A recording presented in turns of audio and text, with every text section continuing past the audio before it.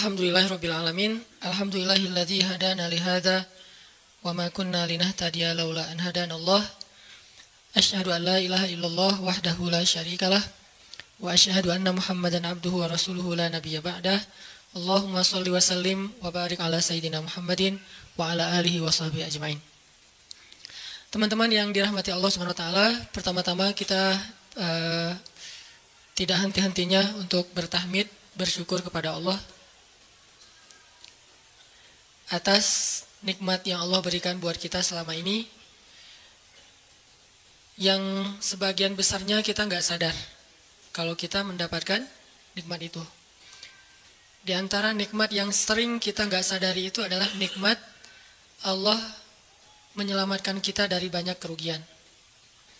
Kalau keuntungan kan kita tahu nih, karena wujud kan.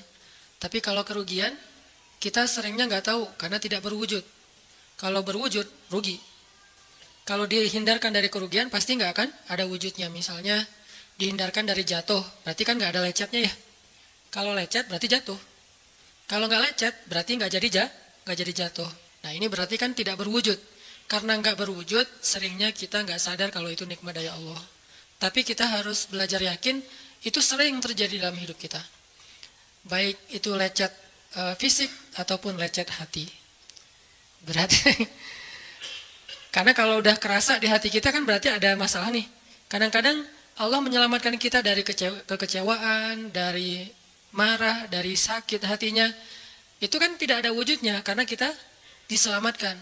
Tapi yakin bahwa sesungguhnya itu juga nikmat dari Allah. Makanya harus tetap bersyukur walaupun kita kadang nggak bisa menghitung nikmat Allah. Karena emang nggak mungkin menghitung nikmat Allah. Wa in ta'uddu ni'matallah, nggak mungkin kita bisa menghitung nikmat Allah. Gampangnya misalnya, coba aja, ada nggak kita yang bisa ngitung jumlah tetes air hujan ketika turun hujan?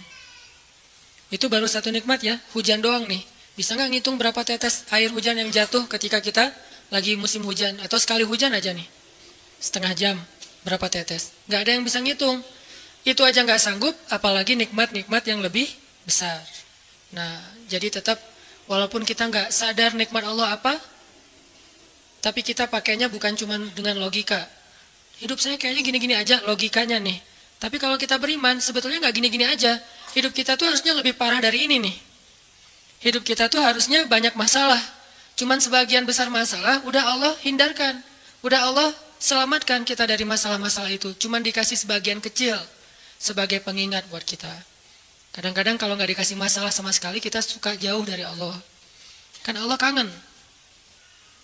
Di antara hadis kangennya Allah kepada kita tuh, Allah kalau kangen kepada hambanya, dikasih ujian.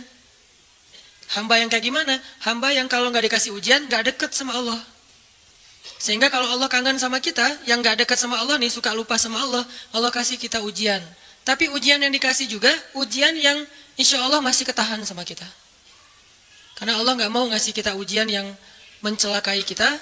Kalau itu terjadi namanya bukan ujian, tapi namanya azab. Dan insya Allah orang beriman nggak dapat itu. Yang dapat kayak gitu tuh kelasnya udah kelas Firaun, Haman, Korun, Namrud ya. Abu Jahal, Abu Lahab itu kayak gitu tuh. Tapi kalau kelas orang muslim yang udah beriman cuman nggak soleh-soleh amat, insya Allah yang dikasih bukan azab. Yang dikasih adalah ujian. Kenapa? Allah kangen dengerin curhat kita di sepertiga malam. Allah kangen ngeliatin kita menangis dan manja kepada Allah.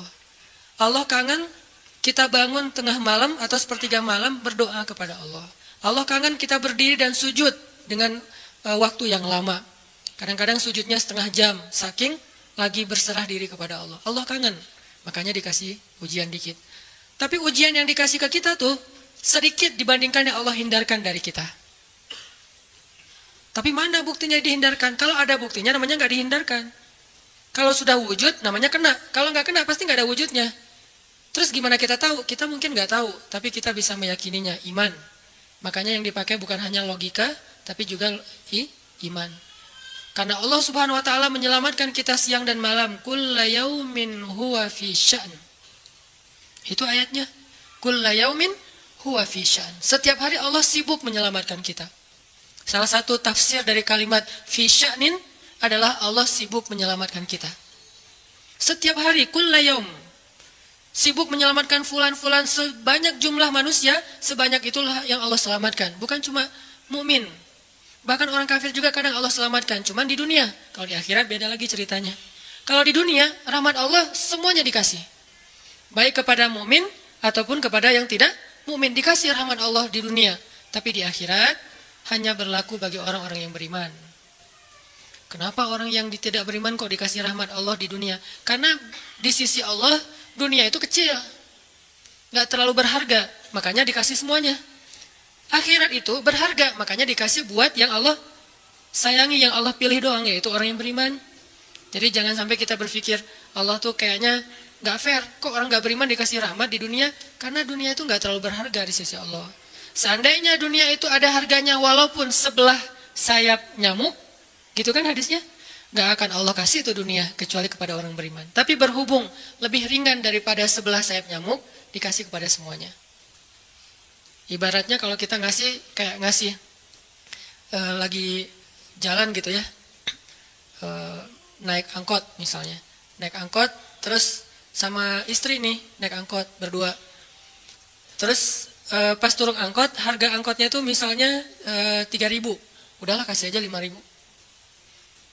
Karena 2.000 yang kita kasih, nggak mungkin istri kita komplain. Kemarin aku minta nggak dikasih, nggak akan mungkin kan? Kenapa? Cuma 2.000. Tapi coba ngasih 100.000. Beda tuh. Karena dia sesuatu yang ringan, maka tidak perlu komplain. 2.000 doang, saya juga dikasih lebih dari itu. Harusnya kita sadar bahwa dunia itu 2.000-an. Dunia itu cuma 2.000-an. Nggak terlalu berharga lah. Walaupun tetap butuh. Nggak berharga juga butuh. Sehingga ketika ada orang yang tidak beriman dikasih 2.000-an kayak gini, kita yang beriman jangan sirik. Mending saya nggak beriman kalau kayak gitu. Ternyata nggak beriman juga dapat tuh banyak. Nggak banyak, cuma 2.000-an. Nah kita mah dikasih lebih banyak dari itu. Cuman yang dilihat 2.000-nya, bukan yang ratusan ribunya. Ini artinya teman-teman, yuk kita tetap belajar bersyukur kepada Allah. Walaupun kita nggak sadar nikmat Allah itu apa. Kita nggak bisa ngitung dengan logika kita. La tuhsuha, nggak mungkin bisa dihitung dengan logika. Tapi kita masih punya logika iman. Yang kita yakin, kulla yaumin huwa fi sya'n. Setiap hari itu Allah ngasih nikmat buat kita. Setiap hari itu Allah menyelamatkan kita dari banyak masalah. Setiap hari. Bukan pernah tuh dulu gua nyelamatin lo. Enggak. Setiap hari diselamatin. Kita ada orang yang kadang-kadang nyelamatin kita dari satu musibah. Itu kan berjasa dan kita kayak ngingat seumur hidup kan ya. Dianggap kayak orang yang paling berjasa dalam hidup kita. Dulu hampir putus gara-gara dia nggak jadi putus gitu, nyambung lagi dalam bentuk yang halal misalkan ya. Berarti kan dia paling berjasa nih. Kalau nggak gara-gara dia nih, udah putus tuh. Kalau nggak gara-gara dia, udah cerai nih. Alhamdulillah, gara-gara si fulan, gara-gara ustadz itu, gara-gara teman saya, gara-gara orang tua, kita yang tadinya hampir bercerai, nggak jadi bercerai kan dia berarti berjasa banget dalam hidup kita, menyelamatkan rumah tangga. Allah menyelamatkan kita dari yang kayak gitu-gituan tuh kulla yaum, setiap hari. Kalau yang belum menikah, setiap hari Allah menyelamatkan kita dari zina. Apalagi kita hidup di zaman fitnah. Apalagi kita hidup di kota besar kayak di Bandung, yang fitnahnya mungkin lebih besar daripada di desa. Dengan mudah kita bisa terjerumus ke dalam dunia-dunia yang kayak gituan. Mudah banget. Tapi setiap hari diselamatin, besok diselamatin lagi, lusa diselamatin. Walaupun seringkali Allah pengen nyelamatin kita, kitanya aja yang kekeh nggak mau diselamatin. Udah jatuh, Allah selamatkan dari apa? Dari makin terpuruk. Kadang-kadang kan jatuh ketiban tangga nih. Jatuh doang nggak ketiban tangga. Allah selamatkan. Kalau nggak diselamatkan 100%, minimal diselamatkan sebagiannya. Supaya kita nggak benar-benar hancur. Itu sering. Yang pernah merasakan masa-masa kelam di masa lalunya, harusnya kan ketika kita dulu kayak gitu, kita mungkin udah mati kali ya. Yang sering tawuran misalnya, yang sering tarung di jalan, alasannya alasan sepele gitu. Kayak kemarin saya pas ke Jakarta ada acara di daerah Bintaro tuh, lagi jalan, ada tawuran pelajar. Pada bawa golok, bawa samurai, bawa celurit, segala macam. Kita agak-agak kaget karena kita platnya plat D gitu kan. Agak bahaya nih di Jakarta soalnya. Langsung kita, gimana nih plat D, masa mau ditutup pakai tangan, gak mungkin kan ya, mobil. Akhirnya, haula aja. Coba bayangin, mungkin sebagian kita pernah ngalamin masa kayak gitu, dan mungkin lebih parah. Yang kayak gitu-gitu mah udah jadi kayak sarapan lah. Kalau nggak makan siang, kayak gitu-gitu. Udah sering. Kenapa masih bisa selamat dan sekarang bisa duduk di masjid? kalau bukan karena Allah menyelamatkan kita. Jadi kalau ada yang cerita ke saya tuh tentang pengalaman masa lalunya yang luar biasa kelam, saya itu selalu bukan takjub ke dianya, takjub ke Allahnya.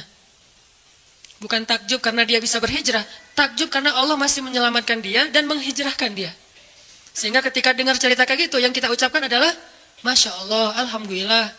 Bukan, wah hebat lo ya, dulu pernah bunuh orang, pernah ini, pernah, semua dosa pernah gue lakuin dah. Itu gak perlu bangga, karena kalau dia gak diselamatin Allah, dulu udah celaka dengan dosa-dosa itu.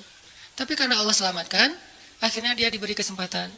Bikin dosa, dibiarin sama Allah. Bikin dosa, dibiarin, bukan dibiarin berbuat dosa, dibiarin supaya dia kembali kepada Allah, dikasih kesempatan. Dan itu gak sehari, bertahun-tahun kan kita kayak gitu. Masih aja Allah biarin, masih Allah kasih kesempatan.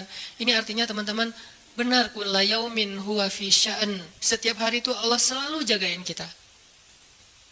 Setiap hari itu Allah selalu nyelamatin kita dari banyak masalah. Kalau yang udah nikah, mungkin di hari-hari pertama atau tahun-tahun pertama, nih pengalaman pernikahan ya. Ya gak apa-apa deh. Sedikit lah ya, saya mah gak terlalu berpengalaman. Ada yang lebih berpengalaman dari saya lah ya. Ada sedikit pengalaman. Biasanya, orang yang baru nikah, ujiannya itu 3 tahun pertama. Kalau dia bisa ngelewatin masa 3 tahun pertama, insya Allah agak lebih mudah ke depannya. 3 tahun pertama ini paling berat. Apalagi kalau dia nikahnya, alhamdulillah gak pacaran. Kalau pacaran kan ujiannya udah sebelum nikah udah banyak ujian ya. Pas sudah nikah ya udah selesai.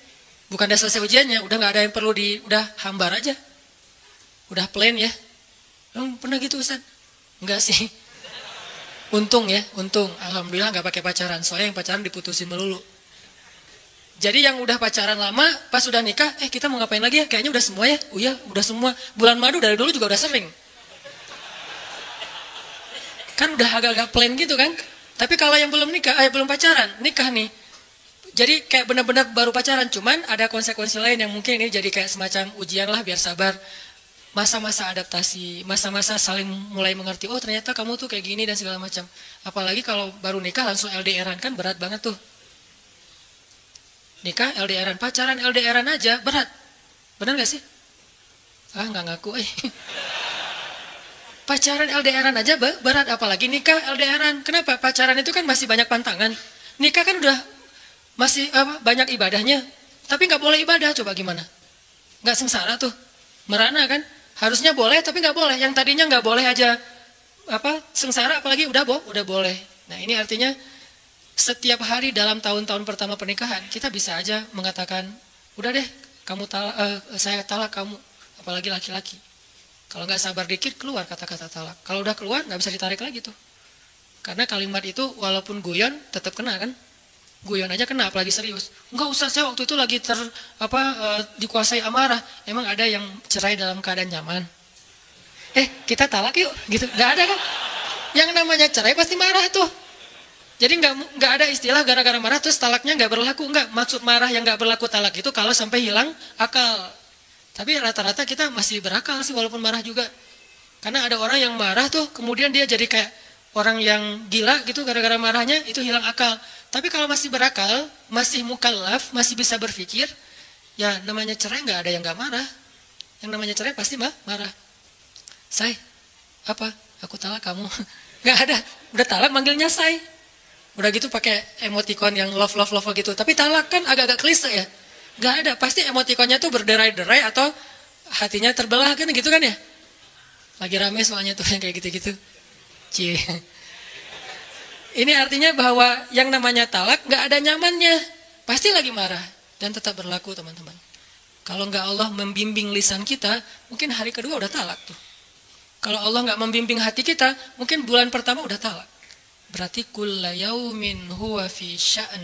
Sebetulnya kalau dengan logika iman, harusnya kita yakin setiap hari itu Allah pasti nyelamatin kita setiap hari. Cuman karena udah diselamatin jadi nggak ketahuan. Kalau nggak diselamatin ketahuan. Tadi mau jatuh di jalan nih, naik motor nih, mau keserempet, harusnya jatuh. Tapi nggak jadi keserempet. Atau keserempet dikit nggak jatuh. Kan kita suka lupa kalau kayak gitu kan ya. Kalau udah jatuh baru ingat. Kan saya tadi udah baca bismillah, kenapa masih jatuh? Gitu kan? Tapi kalau nggak jatuh, kita lupa bahwa ternyata perjalanan kita itu dilindungi oleh Allah sehingga kalau udah sampai bilang alhamdulillah. Jadi banyak yang kita nggak bisa ngitung karena memang tidak terjadi. Kenapa nggak terjadi? Allah yang menyelamatkan kita. Kulla yaumin huwa fi sya'an. Sehingga tetap walaupun mungkin kita nggak ngerasain, bilang aja alhamdulillah, alhamdulillah setiap hari aja gitu. Karena nggak ada ruginya juga kita ngomongin alhamdulillah. Satu-satunya kata atau nama yang nggak rugi disebut cuma nama Allah. Dan satu-satunya nama yang rugi kalau disebut nama mantan. Itu nggak enak banget nyebutnya. Kadang-kadang lagi ngobrol sama teman atau lagi kenalan di dalam kampus nih ya, atau kelas anak baru ceritanya. Kan kenalan nih, dipanggil nama sama guru satu-satu. Pas ada satu nama misalnya namanya siapa gitu kan ya. Kita sendiri yang pas nama itu disebut langsung meriang. Lah kamu kenapa? Itu nama mantan saya, Bu. Kan suka gitu ya. Sampai ada nama jalan bisa buat dia kegeeran sendiri. Saya pernah di Masjidil Haram ada salah satu nama gate. Nama gate tuh, bukan gate Masjidil Haram ya. Kalau gate Masjidil Haram semuanya nama cowok. Kan gak mungkin saya punya mantan cowok kan. Salah satu gate di hotel lah. Itu namanya tuh nama, pokoknya gak usah disebut, ketahuan ntar. Di stalking lagi ya. Ada salah satu gate di hotel besar kayak Zamzam Tower gitu. Gate-nya tuh namanya nama seseorang. Pas ngeliat tuh, hah, gitu doang. Coba bayangin. Nama aja bisa bikin kita, calangap. Nama, coba. Jadi satu-satunya nama yang kalau disebut itu bikin kita nggak nyaman, itu nama muatan. Dan satu-satunya nama yang kalau disebut bikin kita dapat kebaikan, cuma nama Allah Subhanahu Wa Taala. Setelah itu baru nama Muhammad SAW. Makanya nggak ada ruginya lah bilang Bismillah, Innalillah, Astagfirullah, Masya Allah, Subhanallah, dan segala macam yang ada kata Allahnya. Sehingga Nabi bilang, segala sesuatu yang di dalamnya ada nama Allah, maka diberkahi. Dan segala sesuatu yang di dalamnya tidak ada nama Allah, maka tercabutlah kebaikannya. Jadi nggak ada rugi. Sehingga sampai nama orang aja yang paling baik itu adalah Abdullah sama Abdurrahman. Walaupun manggilnya Dul, El, tapi tetap namanya bagus nih, Abdullah, Abdurrahman. Kepanjangan prolognya Tapi ada hubungannya. Allah itu kalau kangen sama kita, Allah kasih kita ujian. Makanya jangan bikin Allah ngasih kita ujian kalau kangen, tapi ngasih kita nikmat. Kenapa Allah kasih kita nikmat? Soalnya kita udah biasa, nggak perlu diuji juga, udah tetap setiap malam tuh curhat sama Allah. Bukan pas lagi banyak masalah doang baru curhat. Kalau pas banyak masalah doang baru curhat, berarti pas kita lagi normal, kita lama tuh nggak ketemu Allah, nggak pernah miss call Allah, nggak pernah japri Allah, nggak pernah curhat ke Allah, nggak pernah DM. Kan Allah kangen nih. Kemana ya dia? Kok nggak pernah DM saya? Kok nggak pernah miss call saya? Kok nggak pernah japri ke saya? Padahal online-nya sering loh. Tapi kok nggak pernah ke saya, nih online-nya masih apa nih? Kan Allah suka gitu sama hambanya, walaupun dengan analogi sosmed ya. Tapi Allah tuh perhatian banget sama kita. Allah nungguin kita datang. Setelah sekian lama kita cuek sama Allah, tiba-tiba kita baru niat mau datang. Duh, udah lama juga ya saya belum japri ke Allah. Baru gitu doang, belum diketik nih, belum typing. Baru niat doang nih, Allah udah bahagia coba. Allah kok baik banget ya sama kita ya. Seolah-olah Allah butuh kita, padahal nggak sama sekali loh. Ghaniyun anil alamin. Allah tuh nggak butuh kepada siapapun di antara hambanya, nggak butuh sama sekali. Tapi kayak seolah-olah Allah tuh yang butuh banget sama kita. Saking baiknya Allah. Allah itu Raufun, Rahimun, Karimun, Jawadun, apalagi Latifun. Nah, Latifun Allah tuh sangat pengen dekat sama hambanya, itu Allah. Udah lama pergi nih, sibuk dengan semua orang dijapri, semua orang dia chat sampai tengah malam chat sama orang lain, tapi Allah nggak pernah dijapri. Allah tungguin. Kalau manusia mungkin kita bisa nyebutnya kayak kesepian gitu, tapi Allah kan nggak mungkin kesepian, tetap aja Allah nungguin seperti orang yang kesepian, saking kangennya sama kita coba. Begitu kita ada masalah datang ke Allah, Allah nggak bilang giliran sekarang aja lo datang, nggak kayak gitu Allah. Langsung Allah dekap, langsung Allah, ada apa hambaku? Hal min haja, apakah kamu butuh sesuatu? Hal min taib, apakah kamu mau diterima taubatnya? Hal min mustaghfir, apakah kamu mohon minta ampun? Allah tanya kepada kita setiap malam, dicuekin lagi, dicuekin lagi. Datang Allah ke langit dunia. Harusnya kan Allah suruh aja malaikat ya, malaikat kasih tahu ke dia supaya berdoa. Enggak, Allah yang langsung turun. Ibaratnya Allah yang ngejapri kita. Enggak dirit juga. Setiap malam japri, setiap malam enggak dirit. Padahal online-nya, lasingnya tuh per setiap jam, bahkan setiap menit dia online terus. Tapi yang Allahnya enggak dirit, ketimpa lagi tuh. Marahkah Allah? Enggak. Kalau Allah marah, pasti kita udah celaka dari dulu juga. Karena kalau Allah udah marah, maka perhatikanlah kaum-kaum sebelum kalian, kata Allah. Perhatikanlah kaum-kaum sebelum kalian, Ad, Samud, atau tokoh-tokoh sebelum kalian, Firaun, Haman, Namrud, dan seterusnya. Perhatikan kalau Allah udah marah nih. Berarti Allah belum marah sama kita. Tapi jangan sampai batasan waktu yang Allah buat itu kita lewatin, itu bahaya. Karena kalau Allah sudah menentukan waktunya, nggak bisa ditolak lagi sama kita. Jadi Allah kangen kepada makhluknya. Jadi sifat kangen itu salah satu di antara sifat Allah. Allah rindu kepada hambanya. Namanya siapa? Allah rindu kepada hambanya.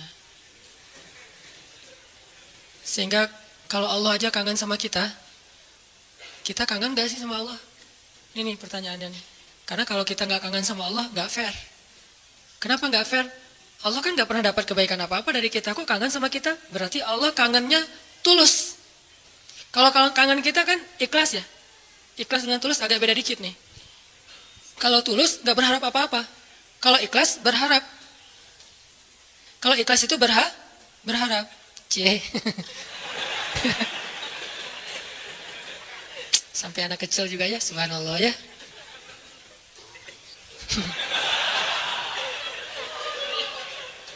Otomatis ada cewek soalnya. Cewek kecil. Allah aja tuh nggak menginginkan apa-apa dari kita, kangen. Berarti kan nggak ngarapin apa-apa, bisa kangen. Baik banget kan? Nah kita kalau kangen pasti ada ngarapin sesuatu. Kayak kangen orang tua, kenapa? Pengen masakan ibu. Kangen kampung halaman, kenapa? Pengen jajan, pengen lihat suasana yang luar biasa di keluarga. Kan kangen ya kampung halaman. Kangen dia misalnya. Pengen disiapin segelas apa misalnya. Green tea lah atau Thai tea atau apalah. Kalau yang standar mah ya, atau kopi misalnya. Kita mengharapkan sesuatu dalam kangennya kita. Kalau Allah kangen gak ngarapin apa-apa. Karena Allah gak butuh kita. Kok kangen? Berarti Allah maha baik. Kangen mengharapkan sesuatu aja baik. Apalagi kangen tanpa mengharapkan apa-apa. Dan yang lebih luar biasanya lagi, Allah bukan cuma gak mengharapkan apa-apa. Kangen pengen ngasih sesuatu kepada kita.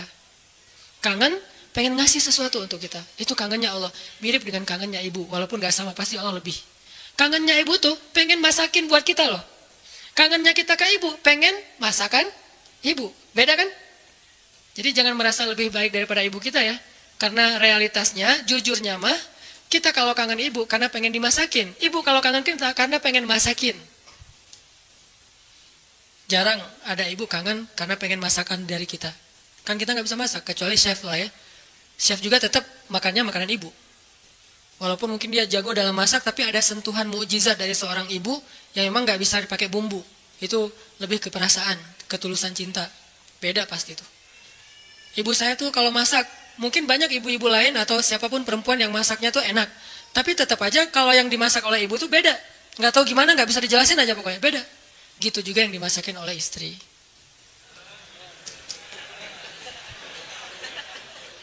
Nggak pernah ngerasain, nggak apa-apa. Sabar ya. Ibu aja dulu lah, puas-puasin ya. Karena ibu tetap aja seseorang yang luar biasa. Allah tuh kayak gitu, analogi cinta Allah kepada kita, walaupun gak sama persis, tapi minimal ada analoginya, kayak ibu kepada anak. Allah tuh kangen sama kita bukan karena pengen sesuatu dari kita, tapi karena pengen ngasih sesuatu untuk kita. Kok bisa gitu? Ibu aja bisa, apalagi Allah. Padahal ibu kan manusia yang punya banyak kekurangan. Kadang dia capek, kadang dia juga lelah, kadang dia butuh harta dan segala macam. Namanya ibu kadang-kadang butuh, kayak saya lagi di Mesir tuh, telepon ibu saya, "Mak, butuh apa? Ini di rumah kalau bulan Ramadan kan bentar lagi bulan puasa, orang Aceh nyebutnya bulan puasa. Bentar lagi kan bulan puasa, di rumah nggak ada es, masa harus beli terus ke tetangga, nggak enak.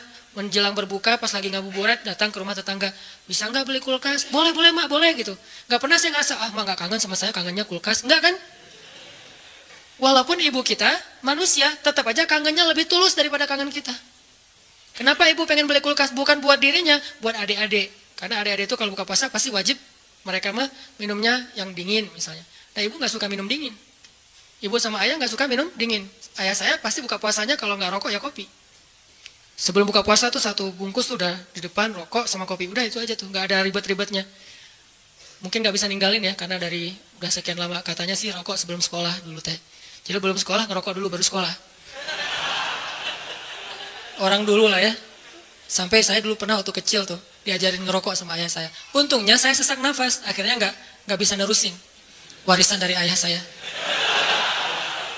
Kan dulu mah suka nonton Dunia Dalam Berita gitu kan, masih TV hitam putih dunia. Ketahuan usianya Dunia Dalam Berita, pasti banyak yang nggak tahu Dunia Dalam Berita itu apa. Anak zaman now lah. Dulu tuh ayah saya ngerokok sambil nonton Dunia Dalam Berita.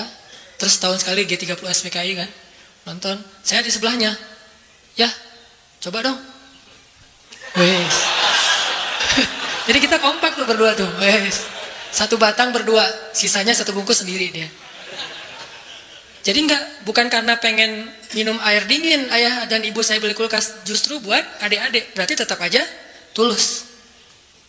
Terus, mak butuh apa? Nih adik-adik belum sekolah, mak butuh apa? Gak pernah minta untuk dirinya sendiri. Mama nih mau lebaran gak ada baju baru, gak pernah. Pasti untuk adik-adik. Kenapa gak untuk saya? Mungkin dianggap saya udah mampu sendiri, udah mandiri, jadi udah gak perlu dikasih-kasih. Artinya, dalam cerita ibu, kita bisa melihat kebesaran Allah. Kalau ibu aja yang penuh dengan kekurangan bisa setulus itu, apalagi Allah. Ibu bisa kangen kepada kita karena pengen masakin buat kita. Allah kangen kepada hambanya karena pengen ngasih nikmat untuk hambanya. Allah kangen kepada pendosa karena pengen ngampunin dosa-dosa dia. Kenapa gak diampunin aja? Karena dia gak datang. Kenapa gak dimasakin aja? Ngapain dimasakin, orangnya gak ada. Kan gitu kan? Katanya ibu kangen, tapi kok gak masak masakan kesukaan aku? Lah kamu masih di Bandung, ibunya di Jawa. Ya gimana yang masakin? Siapa yang makan basi? Dan ibu gak makan spesial itu, sehari-hari paling makan nasi putih, garam, sama telur ceplok.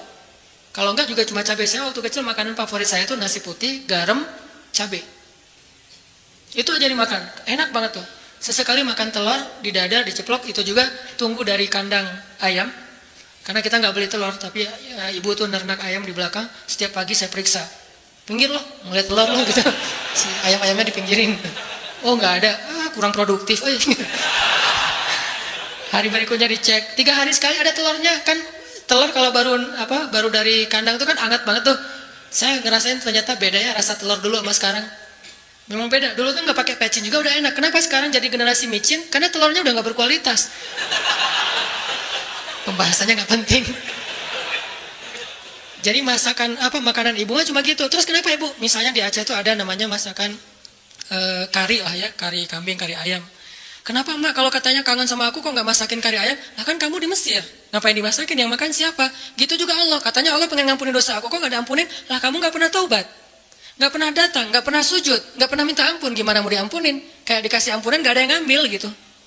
Bukan Allah nggak mau ngampunin kita nggak mau ngambil, kita nggak mau makan, kita nggak mau datang gitu. Padahal Allah sediain. Begitu kita mendekat sedikit aja langsung Allah masakin tuh ampunan. Langsung menunya yang paling enak. Kalau analogi ibu tadi masak, langsung disediain untuk kita. Disediakan dengan sangat istimewa buat kita ampunan Allah.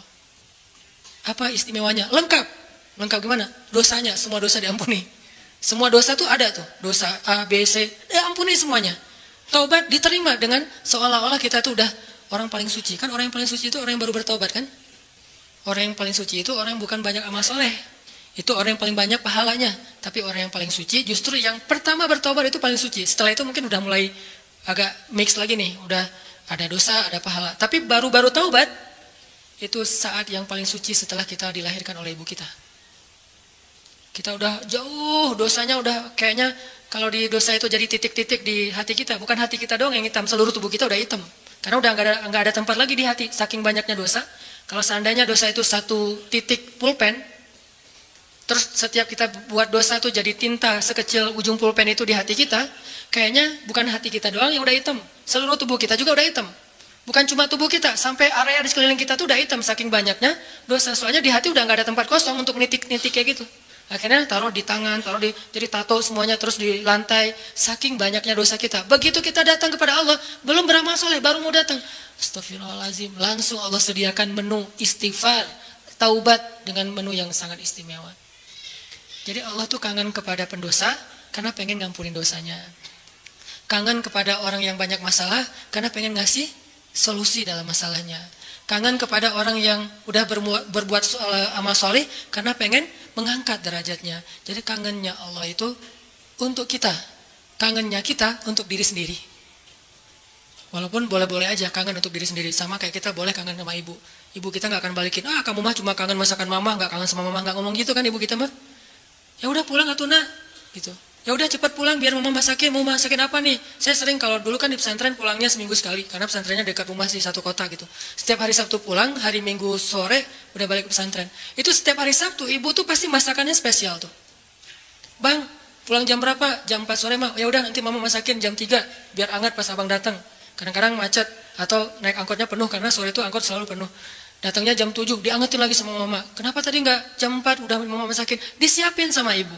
Nggak pernah ibu bilang, kamu mau pulang cuma untuk masakan, bukan untuk ibu. Nggak pernah ngomong kayak gitu. Gitu juga Allah. Allah nggak pernah ngomong kamu mau datang karena udah banyak dosa, bukan untuk saya kan? Nggak gitu. Memang kita datang kepada Allah pengen diampuni dosa. Memang kita datang kepada Allah karena butuh. Dan butuhnya kita kepada Allah bentuk dari yakinnya kita. Nggak boleh kita bilang saya nggak butuh Allah. Saya memang datang karena cinta. Nggak gitu. Itu mah terlalu naif menurut saya. Saya nggak butuh surga, saya nggak takut neraka. Naif banget sih, nggak takut neraka, nggak butuh surga. Seolah-olah harta yang berharga di sisi Allah itu nggak butuh gitu. Sombong banget kita kalau bilang nggak butuh surga. Sombong banget kita kalau bilang nggak takut neraka. Malaikat Jibril aja takut neraka. Pernah malaikat Jibril nangis luar biasa, kayak orang habis diputusin nangisnya teh, nangis banget tuh. Didatengin sama Nabi Muhammad, Jibril, kunaon gitu. Kenapa gitu Jibril kok nangisnya kayak gitu-gitu amat? Ini ya Rasul, saya teringat tentang neraka. Dan setiap kali teringat tentang neraka, sejak Allah ciptakan neraka itu, saya nggak bisa berhenti nangis, coba. Malaikat aja yang lebih keren dari kita, dzu quwwatin. Ya, malaikat itu kan paling kuat tuh, Jibril. Yang bilang malaikat Jibril kuat, Allah bukan kita. Berarti kuat banget nih, tapi takut neraka. Dan kita bilang nggak takut neraka, sombong namanya. Harus takut neraka, harus pengen surga. Dan tetap cinta kepada Allah. Dan itu nggak bertabrakan tuh. Cinta, takut, berharap, itu semuanya bagian dari kebaikan. Teman-teman yang dirahmati Allah Subhanahu Wa Taala, tadi kita sampai kepada pembahasan analogi gimana rindunya Allah, kangennya Allah kepada hambanya. Itu analogi yang mungkin agak mendekati, walaupun nggak pernah ada yang sama dengan Allah pastinya, adalah kangennya ibu kepada anaknya. Jadi kalau kangennya ibu kepada kita itu pengen masakin. Kalau kangen kita kepada ibu pengen dimasakin. Itu bedanya tuh. Jadi jangan berpikir ketika Allah kangen sama kita, Allah butuh kita, enggak. Justru Allah kangen sama kita karena pengen ngasih ke kita kebaikan-kebaikan. Allah kangen kepada pendosa bukan kangen karena dia orang soleh, enggak. Karena Allah sayang sama dia. Bukan karena, kok pendosa dikangenin?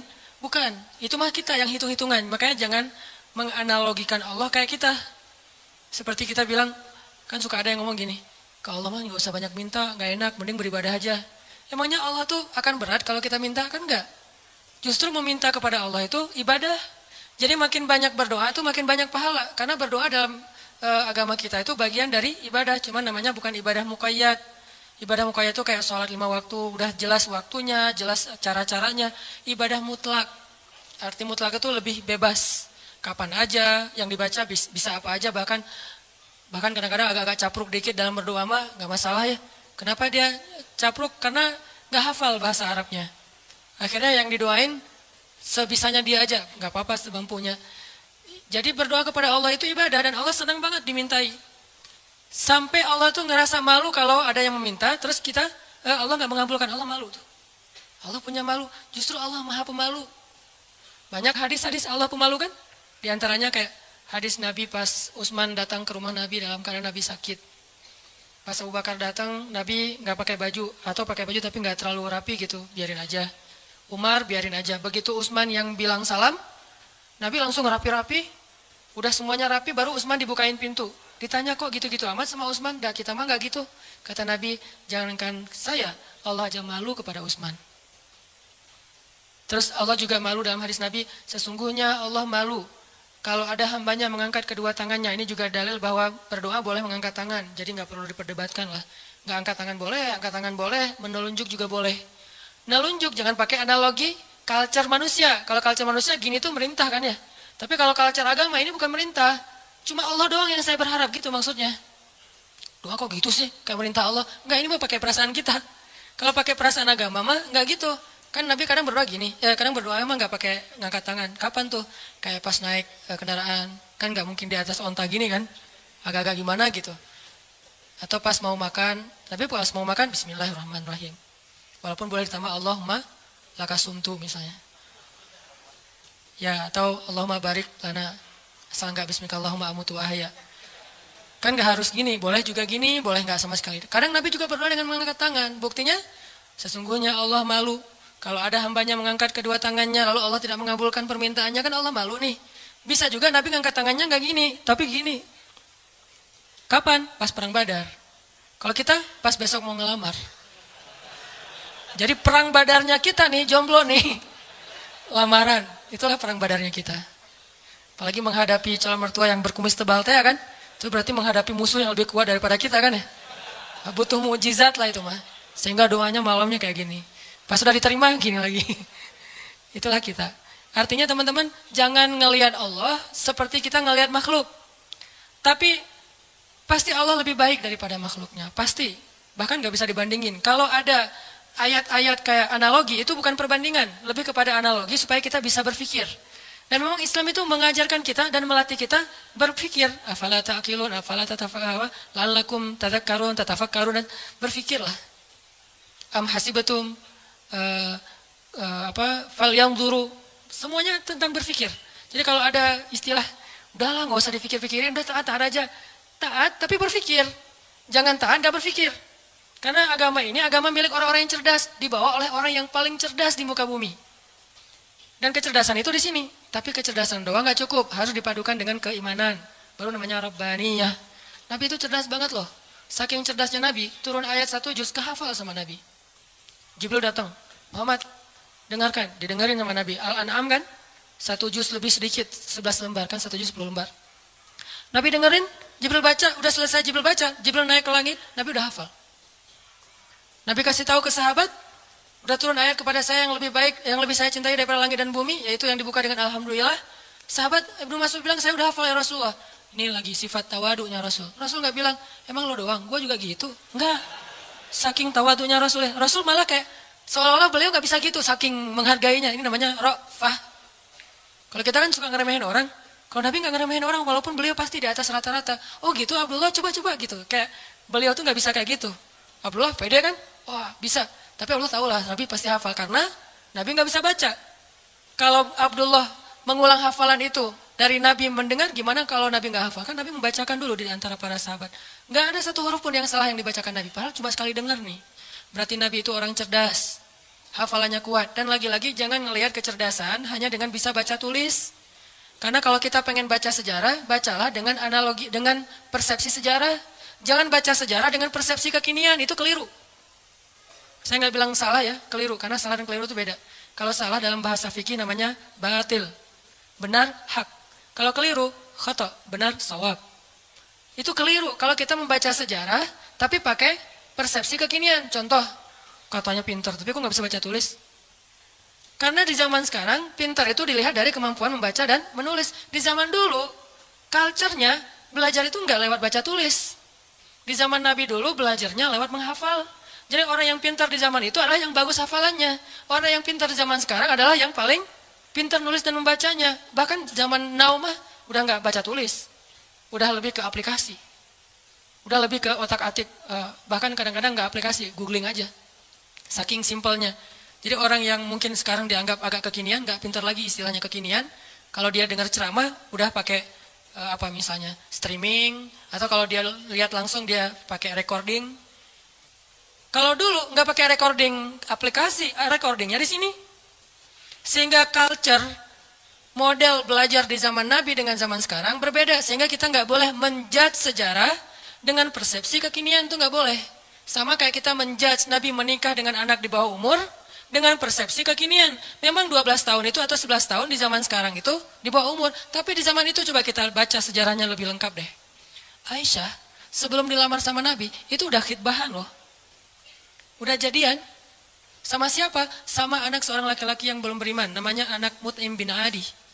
Mut'im bin Adi ini salah satu orang kafir tapi pelindung Nabi kayak Abu Thalib. Setelah Abu Thalib wafat, yang gantiin Abu Thalib itu Mut'im namanya. Mut'im bin Adi. Aisyah itu udah ditunangkan sama anaknya Mut'im. Nabi nggak tahu. Nabi dapat mimpi kan, yang dapat kain sutra dari surga gitu. Nabi datang kepada Abu Bakar, bilang, ya Abu Bakar, saya bermimpi melamar Aisyah anakmu. Bagaimana pendapatmu? Abu Bakar diam-diam pergi ke Mut'im. Karena Abu Bakar sendiri kalau dilamar Nabi, siapa yang bisa nolak kan ya? Nabi yang ngelamar kan. Jangankan untuk Nabi, untuk siapa dulu teh? Julaibib aja diterima kan ya? Apalagi sekarang untuk Nabi nih. Akhirnya diam-diam Abu Bakar datang ke Mut'im. Angkat dong teleponnya, karena nggak diangkat-angkat dari tadi teh. Pas diangkat, udah apa Abu Bakar? Ini ada masalah nih, yuk kita ketemuan. Ya udah di kafe mana? Tuh dekat SM aja gitu. Ketemuan kata Abu Bakar, Mut'im ini gimana nih, saya galau berat. Saya nggak enak sama kamu. Emang ada masalah apa? Kan kita udah lama berteman, biasa aja lah gitu. Kata Abu Bakar, Muhammad kamu tahu kan? Oh ya siapa yang nggak tahu? Muhammad kan ya orang yang paling mulia di Mekah. Dia ngelamar Aisyah. Mut'im senyum. Bukan kaget, bukan dasar tuh orang. Enggak, senyum. Jadi yang bete Muhammad menikah dengan Aisyah itu justru harusnya kan Mut'im kan? Bapak calon mertuanya anak Aisyah gitu. Kenapa kita yang bete nih? Orang kita nggak ada hubungan apa-apa dengan Aisyah. Akhirnya Mut'im senyum. Terus Mut'im bilang, kata Abu Bakar, terus gimana menurut kamu ya Mut'im? Kata Mut'im, ya Abu Bakar, kalau gitu kita batalkan pertunangan anak kita. Sesungguhnya Muhammad lebih layak untuk Aisyah daripada anak saya. Jadi secara culture, Aisyah itu emang udah waktunya menikah di waktu itu. Tapi kalau kita ngelihatnya dari angle kekinian, itu di bawah umur. Makanya jangan menjudge sejarah dari angle kekinian. Itu nggak fair. Banyak lagi adegan-adegan sejarah. Ini yang kita belajar di Al-Azhar itu kayak gini nih. Belajar berpikir. Belajar berfilosofi. Kalau orang bilang filsafat itu nggak butuh, nggak, tergantung filsafatnya. Karena ada filsafat Islamiyah, ada filsafat Gharbiyah. Kalau Gharbiyah itu Western lah, filsafat sekuler. Tapi kalau Islam juga berfilsafat. Ternyata gitu ya, baca tafsir juga butuh filsafat. Saya kalau baca Al-Quran yang ada tafsirnya atau enggak pakai tafsir, misalnya baca Al-Quran beberapa ayat yang udah ngerti gitu ya. Subhanallah, ketika kita berpikir tentang Al-Quran, kebayang hal yang luar biasa tentang kebesaran Allah. Itu luar biasa loh. Kayak saya pernah bilang ayat Allah tuh zatnya, kalau kita ke teman bilangnya orangnya itu ya. Allah itu zatnya, nggak enakan. Apa bukti Allah nggak enakan? Tuh buktinya tuh ayat sebelum tentang pengubahan kiblat, Allah mengatakan Raufun, dirinya tuh Rauf, artinya Rauf itu nggak enakan. Apa wujud gak enakan Allah? Salah satunya ayat tentang puasa. Itu Allah gak enakan banget tuh. Mau nyuruh kita puasa aja, perintahnya satu, tapi bahasa-bahasa untuk seolah-olah memotivasi kita, itu satu lembar loh. Ya ayyuhalladzina amanu, kutiba alaikumusiyam. Makanya bacanya jangan, ya ayyuhalladzina amanu. Beda itu, beda intonasi, beda pesan. Tapi kalau kita baca, ya ayyuhalladzina amanu, kan kata Nabi, bacalah Al-Quran dengan suara sedih kan? Bukan dengan suara teriak. Kadang kita, ya ayyuhalladzina amanu, tergantung khotibnya kan ya. Padahal kadang ayat itu turunnya nggak gini, tapi santai turunnya. Ya ayyuhalladzina amanu, kutiba alaikumusiyam. Wahai orang yang beriman, diwajibkan bagi kalian berpuasa. Tapi coba perhatikan kalimat berikutnya. Kayak Allah nggak enakan banget. Kama kutiba alal ladzina min qablikum. Seperti telah diwajibkan kepada orang sebelum kalian. Seolah-olah Allah ngomong gini, puasa ya, tapi nggak usah khawatir, bukan kalian doang yang disuruh, yang lain juga disuruh gitu. Kayak kita bilang ke teman kita nih, lagi ada event, kita jadi panitia gitu. Terus kita sebagai ketua panitia bilang ke teman-teman kita tim, tolong angkatin meja ya, soalnya yang lain di depan lagi beres-beresin sendal atau apalah. Tolong angkatin layar ya, tolong gulung layar ya, soalnya yang lain lagi beresin meja di dalam. Artinya bukan kamu doang yang disuruh, yang lain juga kerja, gitu kan? Saking ra'fah, nggak enaknya Allah sama kita, coba. Nah kita mah enak-enak aja sama Allah. Nuduh Allah macam-macam, Allah nggak adil, Allah maunya apa, Allah nggak rela saya jadi orang benar. Allah aja ke kita yang Allah maha sempurna, nggak enakan coba. Wahai orang yang beriman, berpuasalah atau diwajibkan bagi kalian berpuasa. Tapi bukan kalian doang, orang sebelum kalian juga diwajibin. Kama kutiba alal ladzina min qablikum. Ini untuk kalian bukan untuk saya. La'allakum tattaqun, supaya kalian bisa jaga diri. Kan takwa itu menjaga, wiqayah. Bisa jaga diri, maksud jaga diri apa Ustaz? Kan kata Nabi juga bagi para jomblo, kata Nabi kan ya, kalau kalian udah sanggup menikah, menikahlah. Kalau nggak sanggup atau nggak ada yang mau sih, nggak ada hadisnya sih, nggak sanggup maksudnya. Nabi kan ngomongnya elegan ya, saya aja yang menerjemahinnya kurang elegan. Maksud nggak sanggup di sini itu bukan cuma nggak punya materi, nggak ada yang mau juga.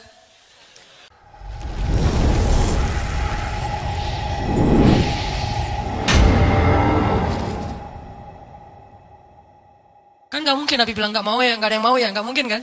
Kalau kalian nggak sanggup dalam kurung, versi saya nih, nggak punya uang atau nggak punya calon, atau ada calon banyak tapi nggak ada yang mau, misalnya tutup kurung, gitu kan? Kalau kalian nggak sanggup, puasalah, karena itu bisa menjaga diri kalian. Udah Ustaz puasa makin pengen nikah. Saya banget tuh dulu, alhamdulillah udah enggak lah, cukup ya. Oke, lanjut.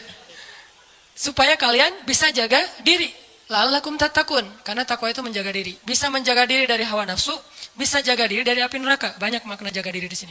Udah selesai belum? Allah masih ngomong gini, ayyamam ma'dudat, gak usah khawatir, gak lama kok, cuma beberapa hari. Kenapa Allah gak bilang aja 29 hari atau 30 hari? Kenapa bilang beberapa hari? Kenapa Allah gak bilang 1 bulan? Kan puasa 1 bulan kan? Kenapa gak bilang syahran wahidan? Kenapa ayyaman ma'dudat? Karena pengen ngasih angle bahwa ini ringan, cuma beberapa hari doang kok. Lagian puasa kan bukan bulanan, harian. Sanggup gitu puasa bulanan? Sahurnya tanggal 1, buka puasa tanggal 29 gitu. Gak sanggup, makanya Allah bilang ayyam, beberapa hari. Ini yang saya belajar di Al-Azhar. Jadi saya merasa bersyukur, bukan ngelebih-lebihin ya. Pasti kampus-kampus yang lain juga keren-keren. Cuma karena saya nggak ngerasain, saya taunya Al-Azhar. Di Al-Azhar itu kita belajar detail banget. Kenapa saya bilang ada S2, S3 cuma 1 huruf Al-Quran, jadi dapat tesis, disertasi. Karena yang dipelajari itu detail. Ngapain gitu-gitu amat sih, udah tahan aja. Enggak, kalau yang mutar aja nggak usah berpikir. Tapi berpikir supaya kita bisa menjadikan agama ini sebagai rahmat, sebagai solusi buat kehidupan kita. Ini bedanya belajar Al-Azhar dengan di beberapa tempat ya. Kalau di beberapa tempat belajar fikih itu lebih kepada produknya, produk fikih, halal, haram, boleh nggak boleh, itu kan produk fikih kan. Kalau di Al-Azhar bukan belajar produk, belajar cara memproduksi, mesinnya dipelajari. Sehingga ketika ada masalah baru, mesin ini tinggal diulik dikit, produksi yang lagi yang baru. Kayak tadi misalnya bikin apa gitu, ternyata udah berubah zamannya, udah seleranya udah nggak kayak gitu lagi, akhirnya digantilah, bikin lagi yang baru. Tetap mesinnya sama, cuman dia bisa beradaptasi dengan kebutuhan pasar. Itu bedanya di Al-Azhar. Kita belajar mesin fikih.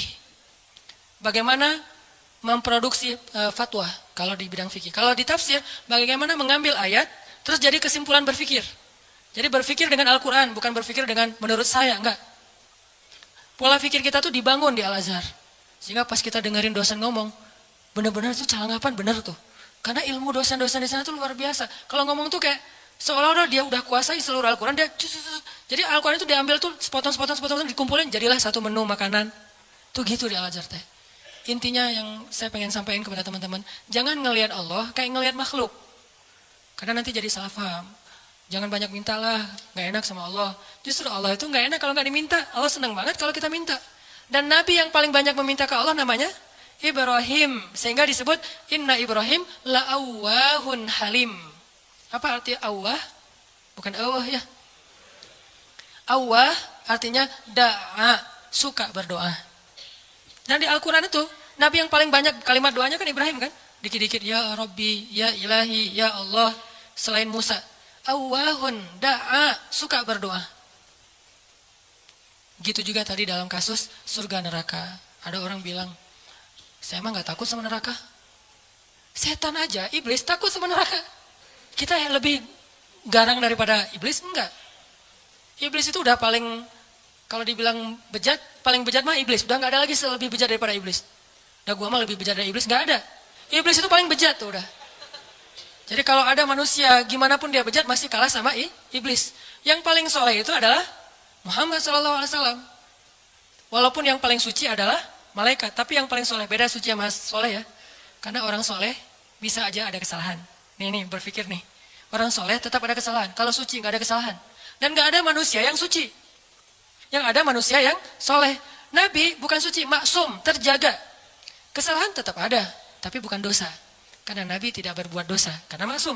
Tapi kesalahan, beliau bermasang muka, beliau salah memutuskan tentang perkara tawanan perang dalam perang surat Al-Anfal, beliau salah misalnya keliru dalam masalah sikap kepada orang-orang yang belajar kepada beliau, terus didatangin orang-orang kafir Quraisy yang belajar suruh mojok dulu, ditegur sama Allah. Ayat teguran ke Nabi itu banyak loh, termasuk beliau karena pengen nyenengin istri-istrinya lagi cemburu, Nabi bilang ya udah deh, saya nggak akan minum madu lagi. Kan baru pulang nih dari rumah salah satu istrinya, ketemu istri yang Aisyah.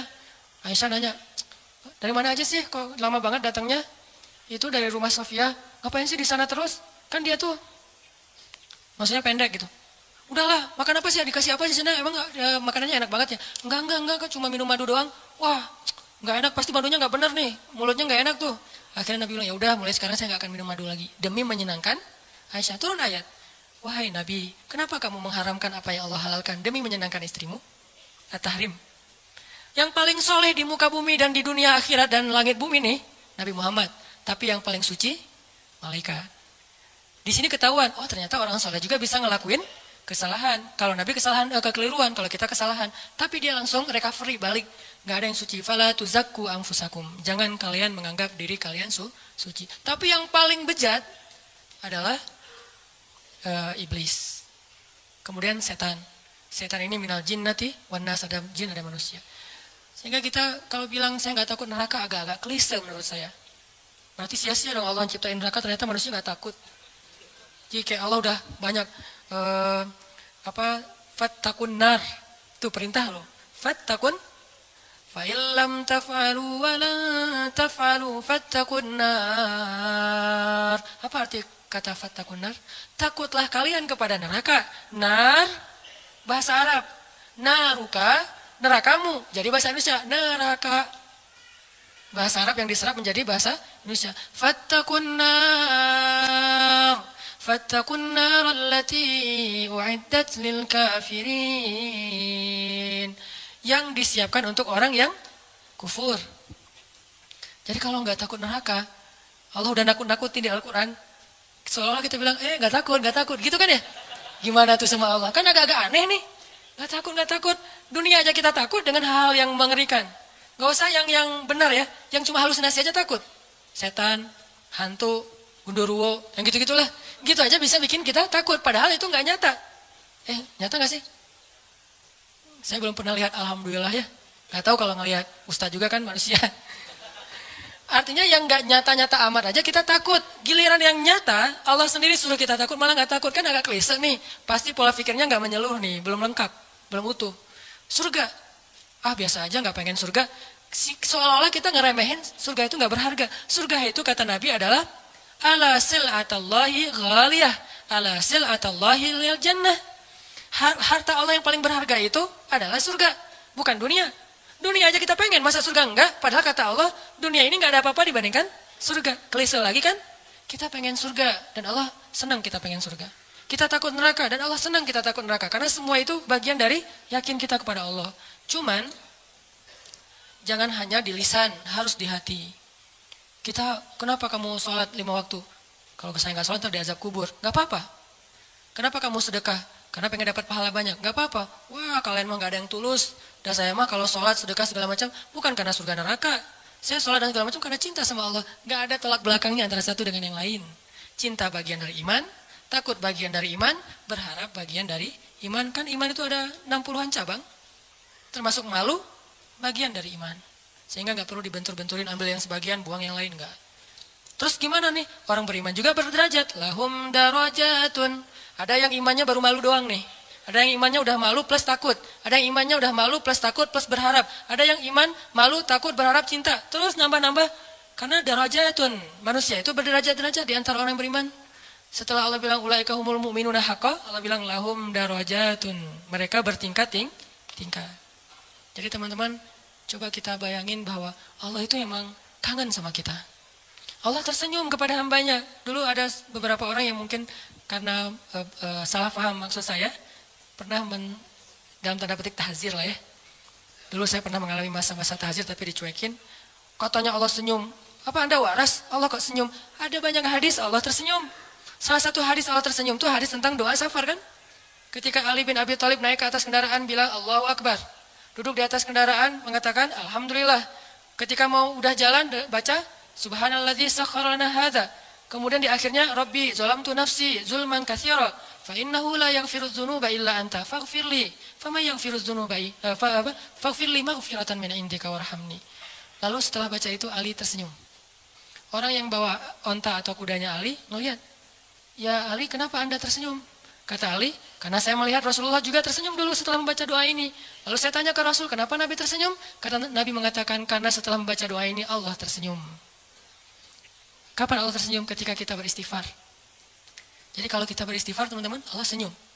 Cuman gimana senyumnya Allah? Laisa kamitslihi syai'. Allah nggak sama dengan makhluk. Cuman kita yakin Allah tersenyum. Gimana bentuk senyumnya nggak usah dibayang-bayangin. Allah senyumnya gini nggak ya? Nggak usah dibayang-bayangin. Allah senyumnya gini atau yang flat tapi banyak kelihatan gigi gitu kan, kayak emoticon gitu. Enggak lah, nggak usah dibayangin. Pokoknya senyum weh. Allah senyum artinya Allah senang. Termasuk kayak ada hambanya yang bertobat, Allah itu bahagia. Saking bahagianya lebih daripada orang yang ketika dapatin onta yang hilang, terus dia bilang, Allah, anta abdi wa ana rabbuk. Ya Allah, engkaulah hambaku dan aku Tuhanmu. Ngomongnya salah saking bahagia. Allah lebih bahagia dari orang itu terhadap orang yang bertobat. Berarti kan Allah emosional ya. Allah itu emosional.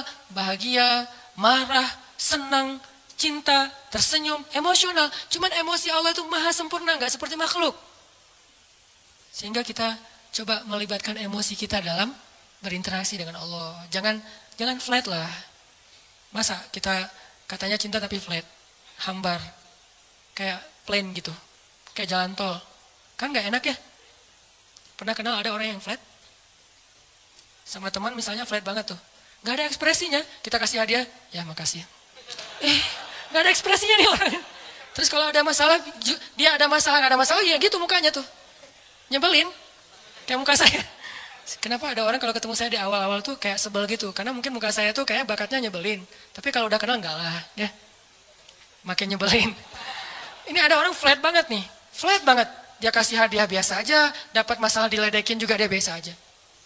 Paling gak enak kalau punya pasangan kayak gini nih. Gak ada ekspresi-ekspresinya. Ada juga yang ekspresinya lebay. Kasih hadiah dikit, wah segala macam. Ada masalah dikit, nangisnya, wah kemana-mana. Misalnya ada yang kayak gitu teh. Nah Allah yang paling ideal perasaannya, yang paling ideal zatnya, yang paling ideal kebaikannya, paling ideal aja pokoknya. Jadi kita coba melibatkan emosi kita ketika kita berinteraksi dengan Allah. Allah kangen sama kita. Cuman kangennya Allah karena pengen ngampunin dosa-dosa kita. Kata Nabi, setiap sepertiga malam Allah turun ke langit dunia. Terus Allah manggil-manggil. Saya kalau ngebayangin ini, Allah manggil-manggil. Coba ya, Allah manggil-manggil. Duh, jangan kasihan, karena Allah gak akan hina kayak gitu. Cuman gak enak. Allah manggil-manggil. Saya kok sombong banget ya gak menyambut panggilan Allah gitu. Walaupun gak wajib kita datang. Udah gitu, bayangin ya, Allah manggil-manggil tapi gak wajib didatengin. Allah manggil-manggil, Allah telepon, gak wajib diangkat. Kan Allah baik banget kan? Harusnya kan kalau Allah manggil harus datang ya.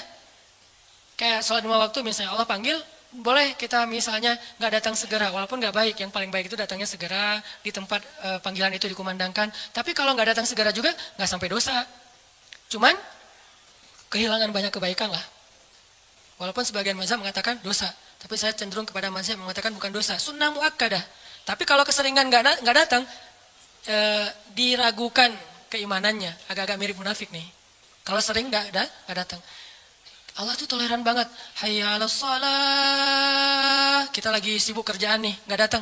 Allah nggak marah sama kita. Nggak sholat aja, sebetulnya Allah marah, cuman sabar. Allah selain Jabbar, Qahar, tapi juga Sabur. Ya, kan ideal banget nih. Kalau Allah marah bisa, nggak ada yang bisa ngehalangin, tapi Allah sabar. Kalau kita sabar karena nggak bisa marah.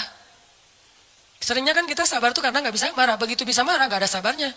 Kalau Allah sabar, padahal bisa marah. Selain Jabbar, Qahar, apalagi sifat-sifat yang keras nih. Muntakim, tapi di sisi lain sifat Jamal. Makanya ada sifat Jamal, ada sifat Kamal. Sifat Jamalnya Allah apa? Karim, Rahim, Sabur, Ghafur, gitu-gitu kan? Ini artinya teman-teman, bayangin ya, Allah manggil-manggil kita sepertiga malam. Ngapain sih Allah sepertiga malam repot amat sih datengin kita? Tapi kita nggak wajib datang. Tapi kalau kita datang, Allah sayang banget sama kita. Cuman dari kitanya nih, bukan angle Allah. Kalau angle Allah kita nggak wajib datang. Tapi angle kita, enak nggak sih kalau nggak datang? Enak nggak sih Allah udah manggil-manggil tiap malam terus kita nggak bangkit? Kalau kita bangunnya telat, pas azan subuh baru bangun, ngerasa nggak sih? Aduh Allah maaf ya, bangunnya telat. Gitu nggak sih ke Allah? Karena kita kalau ke makhluk gitu banget loh. Di telepon ternyata miss call 10 kali nggak diangkat, langsung maaf ya, emoticon, segala macam. Minta maaf tuh rasa apa? Tangan diginiin tuh banyak sampai 10 juga. Kok kita ke makhluk gitu, ke Allah enggak? Padahal makhluk itu enggak terlalu berjasa sama kita. Dan Allah mah berjasa dari sejak kita dalam kandungan ibu kita. Bahkan sebelum kita diciptakan. Tapi kita enggak pas bangkit dari tidur. Duh Allah maaf ya, saya bangunnya telat, astagfirullah, gimana nih? Langsung wudhu, datang ke masjid, minta ampun pada Allah. Padahal kita enggak wajib datang. Ini lebih ke ngomongin emosional. Saya enggak ngomongin hukum fikih. Kalau ngomongin hukum fikih agak-agak kaku sih. Makanya di atas hukum itu ada akhlak namanya. Di atas hukum ada akhlak. Orang kalau udah akhlaknya bagus, hukum ini jadi nggak terlalu penting. mudah ngamalin hukum tuh. Kalau akhlak moralnya udah kayak orang disiplin, kan nggak perlu timer lagi kan? Udah disiplin, nggak perlu lagi ketat. Hukum itu dibikin ketat karena orangnya nggak disiplin. Ketika orangnya udah disiplin, udah akhlaknya, moralitasnya, lifestyle-nya udah bagus, hukum nggak terlalu ketat juga nggak masalah. Yang saya pernah cerita tuh di Jepang, di baggage claim, baggage belt itu tempat ngambil bagasi, itu nggak ada yang jagain, nggak ada polisi, nggak ada petugas, cuma pakai garis doang. Garisnya juga kecil, nggak pakai pagar segala macam. Kadang-kadang udah pakai pagar juga didobrak kan ya. Ini garis, kenapa jadi ringan gitu? Karena orangnya udah bagus moralnya. Berarti di atas hukum ada moralitas, di atas fikih ada akhlak. Moral itu, akhlak itu di atas ilmu. Orang punya ilmu tapi nggak berakhlak agak kurang pas.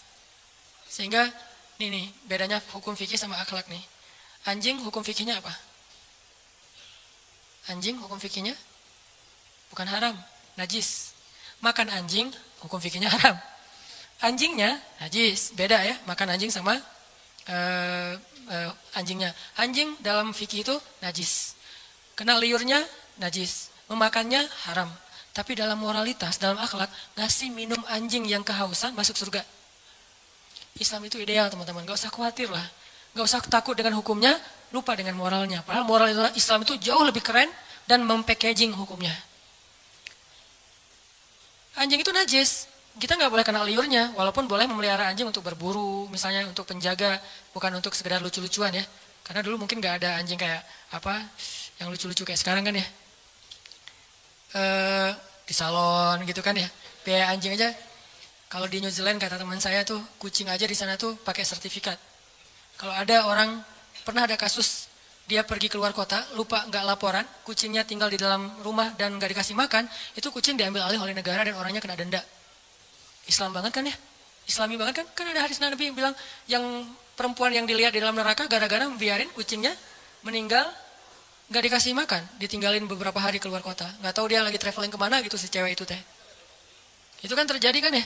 Nah anjing, najis, anjing haram, tapi ngasih minum anjing yang kehausan, itu masuk surga. Yang ngasih minumnya siapa? Bukan orang soleh. Kalau orang soleh, itu mah amal pelengkap. Bukan. Orang yang baru bertobat dari dosa zina. Bukan pezina ya. Karena orang kadang-kadang suka jadi modus tuh. Tuh pezina aja masuk surga. Mana ada pezina masuk surga? Yang ada orang yang bertobat dari zina masuk surga. Orang yang bertobat dari membunuh masuk surga. Nggak ada pembunuh masuk surga. Nggak ada itu. Kalau gitu buat apa kita beramal soleh kalau semua juga masuk surga? Nggak ada keadilan itu.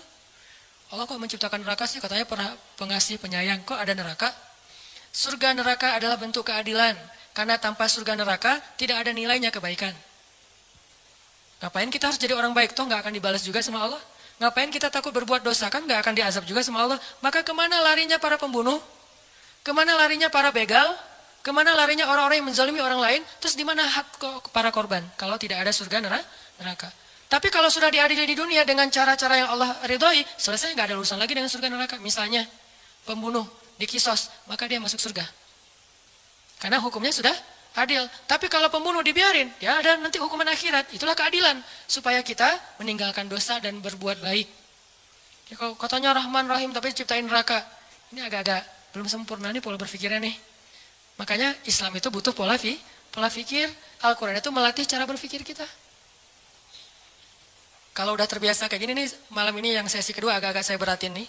Materi lebih kepada angle berpikir, persepsi, supaya kita sebagai anak muda, saya yakin ini karena jamaah anak muda sanggup.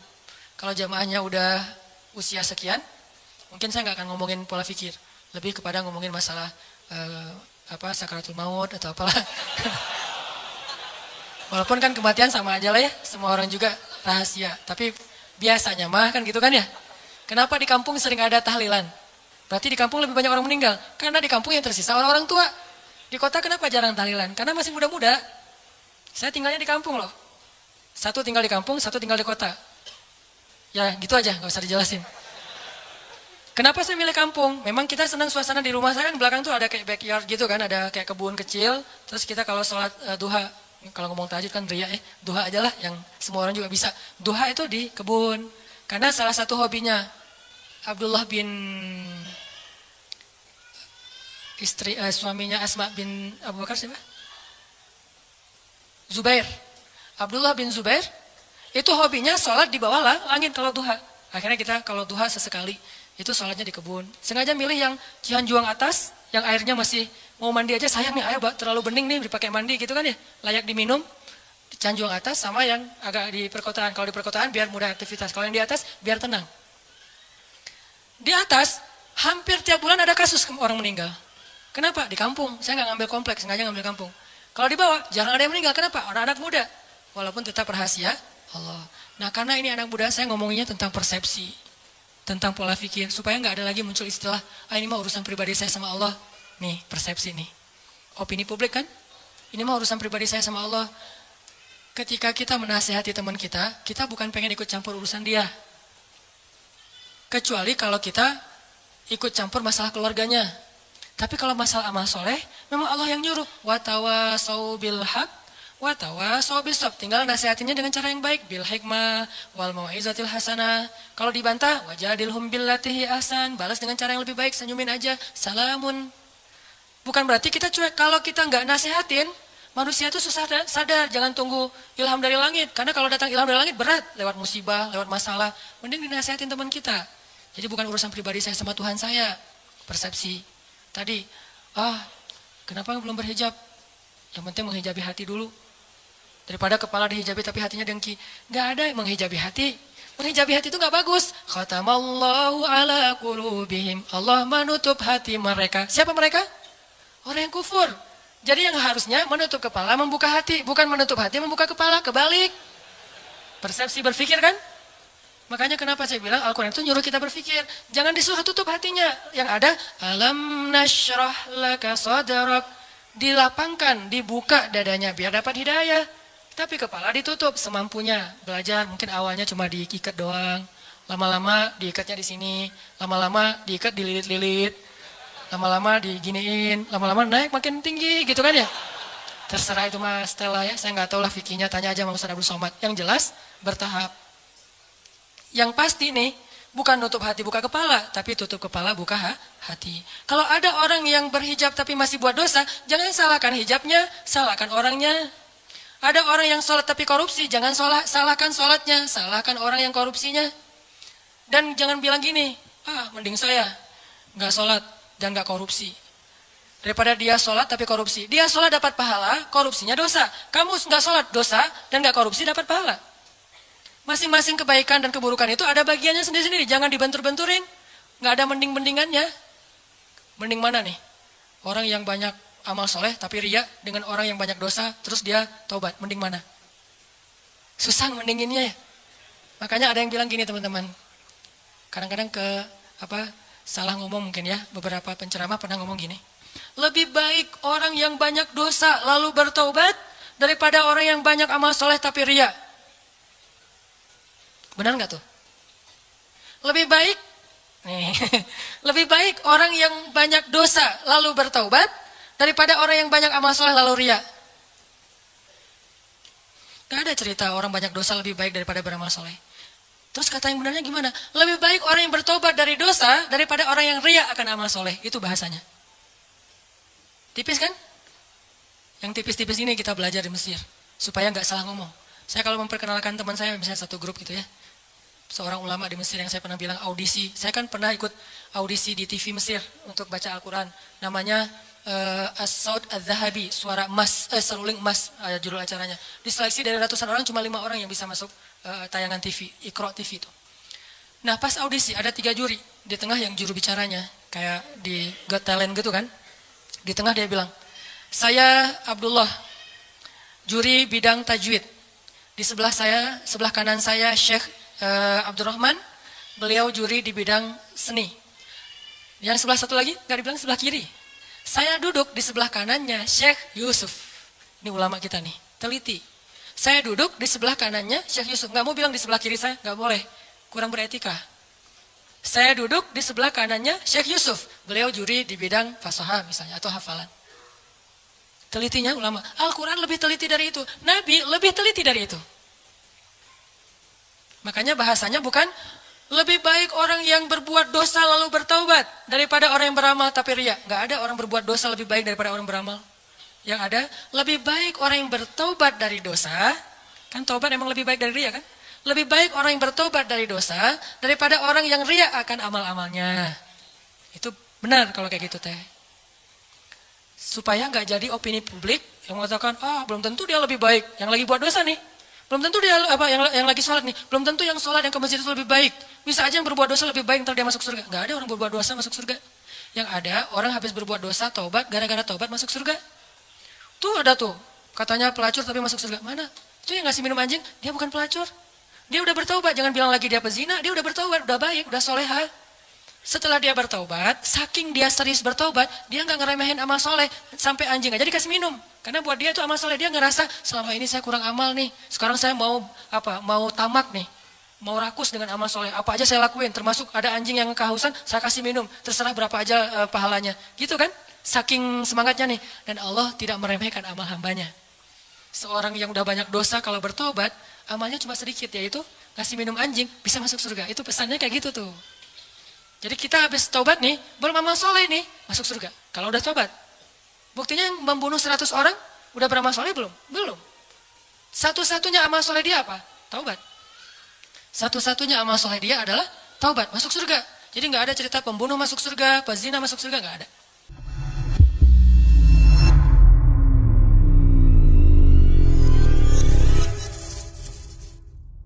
Rangkuman ceramah Ustadz Hanan Attaqi. Ustadz Hanan Attaqi mengajak kita untuk senantiasa bersyukur atas nikmat-nikmat Allah yang sering tidak kita sadari. Banyak hal negatif atau musibah yang tidak menimpa kita adalah bentuk kasih sayang Allah. Meskipun wujud nikmat ini tidak terlihat, seperti terhindar dari kecelakaan atau sakit hati, kita harus meyakininya dengan iman. Ia juga menekankan bahwa nikmat Allah begitu melimpah hingga tak mungkin kita hitung, sebagaimana mustahilnya menghitung tetes hujan. Oleh karena itu, beliau mengingatkan kita untuk selalu memupuk rasa syukur dan tidak hanya mengandalkan logika semata, melainkan juga iman. Beliau juga menjelaskan bahwa ujian yang diberikan Allah adalah tanda cintanya. Ketika Allah rindu kepada hambanya yang lalai, Allah akan memberi ujian untuk mendekatkan hamba tersebut kepadanya. Namun, ujian yang diberikan selalu sesuai dengan kemampuan hamba tersebut, karena Allah tidak pernah berniat mencelakai. Ujian tersebut bertujuan agar kita kembali kepada Allah dengan hati yang lebih bersih. Beliau menekankan bahwa kehidupan dunia hanyalah sekadar 2000-an dibandingkan akhirat yang jauh lebih berharga, sehingga kita harus menjaga fokus pada iman dan amal, bukan hanya duniawi. Di sisi lain, Ustadz Hanan mengingatkan tentang sifat rahmat Allah yang luar biasa. Bahkan untuk mereka yang jauh darinya, Allah tetap menyambut dengan tangan terbuka saat mereka ingin bertaubat. Allah tidak pernah kecewa atau dendam terhadap hambanya, melainkan justru menunggu mereka untuk kembali. Dalam ceramah ini, Ustadz Hanan mengajak kita untuk menghidupkan rasa cinta dan rindu kepada Allah dengan melibatkan emosi dalam ibadah. Rasa rindu tersebut diwujudkan melalui kedekatan dengan Allah, seperti bangun malam untuk tahajud, memperbanyak doa, dan menghadirkan keikhlasan dalam setiap amal perbuatan.